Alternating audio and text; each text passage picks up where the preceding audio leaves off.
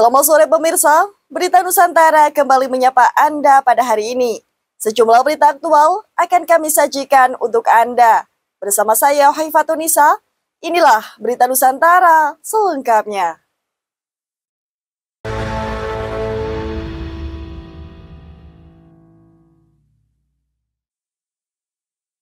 Informasi yang pertama pemirsa, Ketua Umum Asosiasi Sepeda Motor Listrik di Indonesia atau AISMOLI Budi Setiadi menyebut bahwa pasar motor listrik di Indonesia sedang mengalami masa sulit.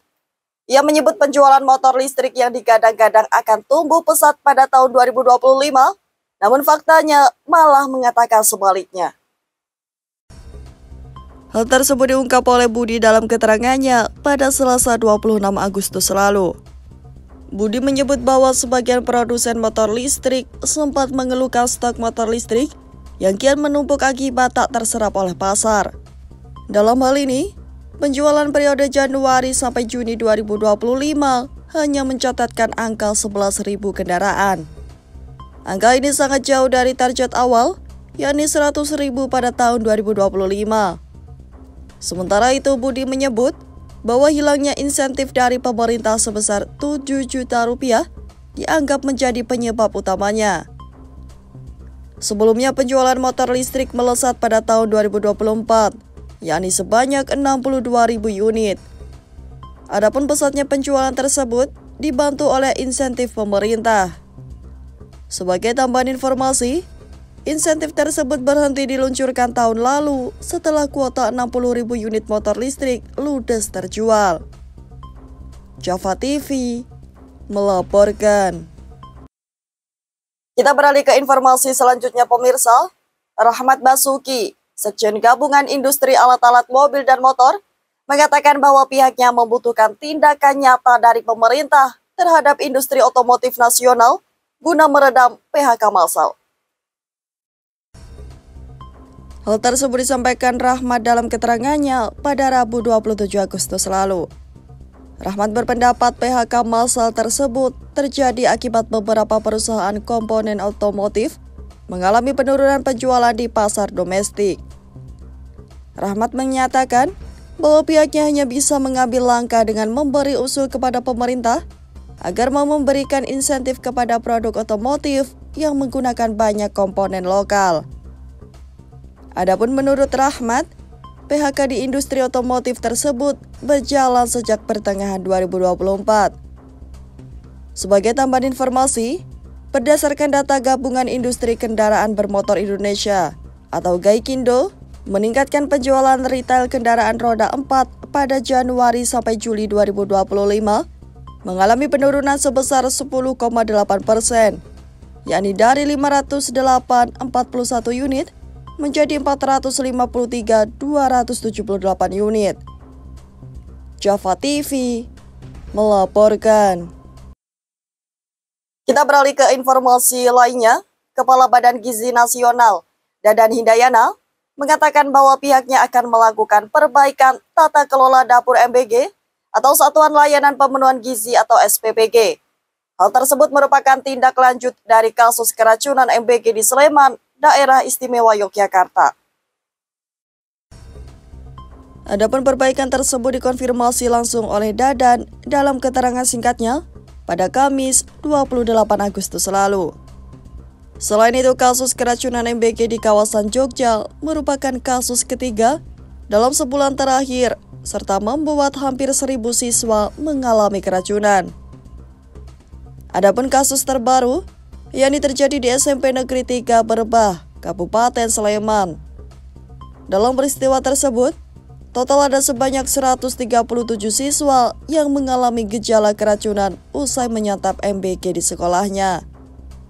Oleh karena itu, untuk menghindari kasus tersebut, Dadan mengatakan bahwa proses operasionalnya akan dilakukan secara terus-menerus. Namun untuk penyebab keracunan tersebut, Dadan menyampaikan agar menunggu hasilnya dari instansi yang berwenang. Java TV melaporkan. Presiden Badan Amal Internasional Save the Children, Inger Ashing, menggambarkan situasi yang dialami oleh anak-anak di Gaza pada Rabu lalu. Ia menyebut kondisi anak-anak di sana sangat buruk hingga tidak kuat menangis. Hal tersebut disampaikan oleh Inger saat berpidato dengan Dewan Keamanan mengenai konflik Israel-Palestina. Ia juga mengatakan bahwa kondisi kelaparan yang telah ditetapkan oleh PBB bukan istilah teknis semata. Ia juga menjelaskan mengenai kondisi yang terjadi dari anak-anak Gaza yang kelaparan. Ia juga menyebut tubuh anak-anak Gaza mengonsumsi diri mereka sendiri imbas tidak adanya lemak yang bisa dijadikan sumber energi. Adapun PBB sebelumnya menyatakan terjadinya bencana kelaparan di Gaza pada Jumat 22 Agustus lalu, serta menyalahkan Israel atas upaya menghalangi bantuan yang akan masuk ke Gaza. Java TV melaporkan. Informasi selanjutnya pemirsa, salah satu musisi tanah air, Ikang Fauzi, membeberkan beragam kelemahan lembaga manajemen kolektif musik atau LMK dalam penanganan royalti musik. Ia juga menyebut bahwa lembaga ini harus profesional serta siap diaudit kapanpun. Hal tersebut disampaikan oleh Ikang saat berada di Jakarta pada Rabu 27 Agustus lalu. Selain menyebut bahwa LMK harus siap diaudit dan memberikan sejumlah masalah LMK, Ikang juga menyoroti masalah pembagian royalti yang disebut terlalu banyak LMK sehingga pembagian tidak adil. Ia juga menyebut bahwa LMK harus memiliki dasar manajemen yang kuat, pengalaman yang memadai, serta kesiapan dana dalam pendistribusian royalti kepada musisi. Sebagai tambahan informasi, LMK saat ini tengah menuai beragam sorotan, imbas pemungutan royalti yang tidak jelas, serta menjadi masalah dasar dari kisruh royalti di tanah air. Java TV melaporkan. Ratusan pelajar di Kabupaten Lebong, Provinsi Bengkulu, mulai dari PAUD hingga SMP, mengalami keracunan serta dilarikan ke rumah sakit usai menyantap makan bergizi gratis. Peristiwa ini terjadi pada Rabu 27 Agustus lalu.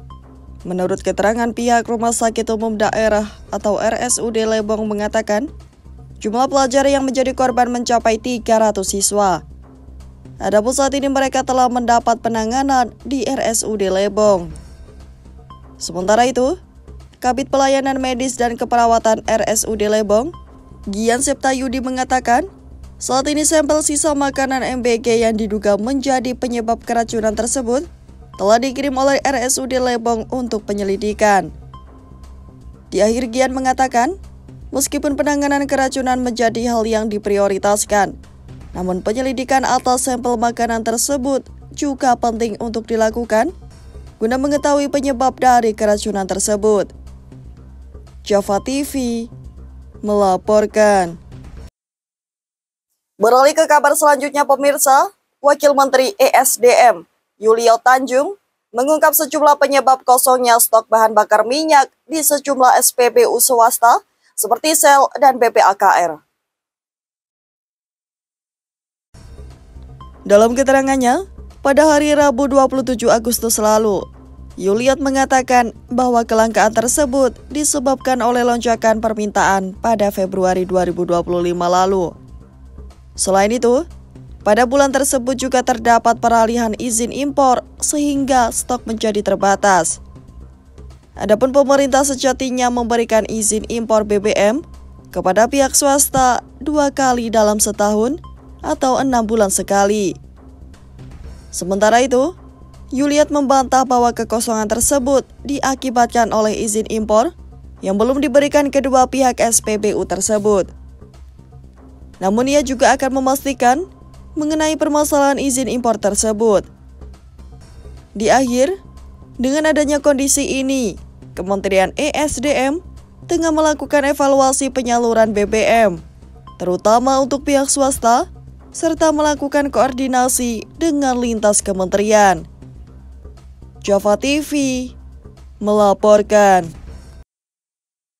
Beralih ke pemerintahan pemirsa, Menteri ESDM Bahlil Lahadalia mengatakan terkait dengan aturan pembelian LPG 3 kg yang mewajibkan menggunakan KTP pada tahun depan masih belum final. Hal tersebut dikarenakan pemerintah masih melakukan penataan data dari penerima subsidi.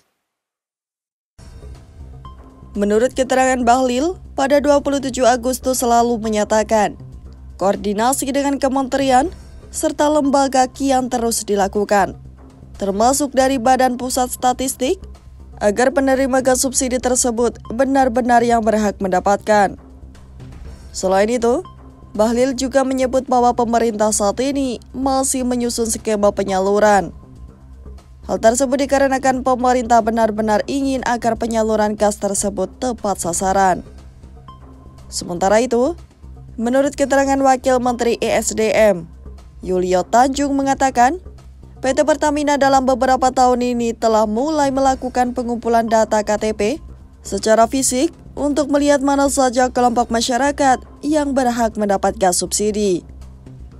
Java TV melaporkan. Masih di pemerintahan, pengamat penerbangan Alvin Lee mengkritik kebijakan pemerintah untuk menambah jumlah bandara internasional dari 17 menjadi 40. Menurutnya kebijakan ini dinilai tidak efektif jika tidak terdapat promosi pariwisata dari pemerintah setempat. Hal tersebut disampaikan oleh Alvin saat di Jakarta pada Rabu 27 Agustus lalu. Alvin menyebut bahwa mayoritas bandara internasional di 17 bandara yang ada didominasi oleh mayoritas warga berpaspor Indonesia. Adapun fenomena ini, menurutnya karena kurangnya promosi pariwisata di daerah yang memiliki bandara internasional. Menurut Alvin, hanya Bandara Bali serta Labuan Bajo yang terbukti mampu menarik perhatian wisatawan. Di akhir, Alvin menyebut bahwa tujuan penambahan bandara internasional harus jelas serta diiringi dengan kebijakan promosi pariwisata daerah setempat. Selain itu, Alvin juga menyoroti pola rute penerbangan internasional yang sebagian besar menuju Singapura dan Malaysia. Adapun kondisi ini menyebabkan bahwa Indonesia lebih banyak mengirim penumpang kedua negara tersebut dibanding mendatangkan wisatawan asing. Java TV melaporkan. Selanjutnya, Kejaksaan Agung atau Kejagung dikabarkan kembali menyita satu rumah mewah seluas 6.570 meter persegi milik bos minyak Muhammad Riza Khalid yang menjadi tersangka kasus korupsi minyak mentah dan produksi kilang pada PT Pertamina periode 2018-2023. Hal tersebut diungkap oleh keterangan Kepala Pusat Penerangan Hukum Kejagung, Anang Supriyatna pada Rabu 27 Agustus lalu. Anang mengatakan bahwa rumah yang disita tersebut berlokasi di perumahan Rancamaya Golf Estate Kertamaya, Bogor Selatan, Kota Bogor, Jawa Barat. Anang menyatakan bahwa rumah tersebut memiliki 3 sertifikat, Surat Hak Guna dan Bangunan atau SHGB. Anang menyatakan bahwa pembelian aset rumah tersebut dibeli menggunakan uang milik Riza Khalid. Namun menurut Anang, rumah tersebut didaftarkan sebagai milik perusahaan untuk menyamarkan harta kekayaan Riza Khalid. Sebelumnya Riza telah ditetapkan sebagai tersangka atas tindak pidana pencucian uang.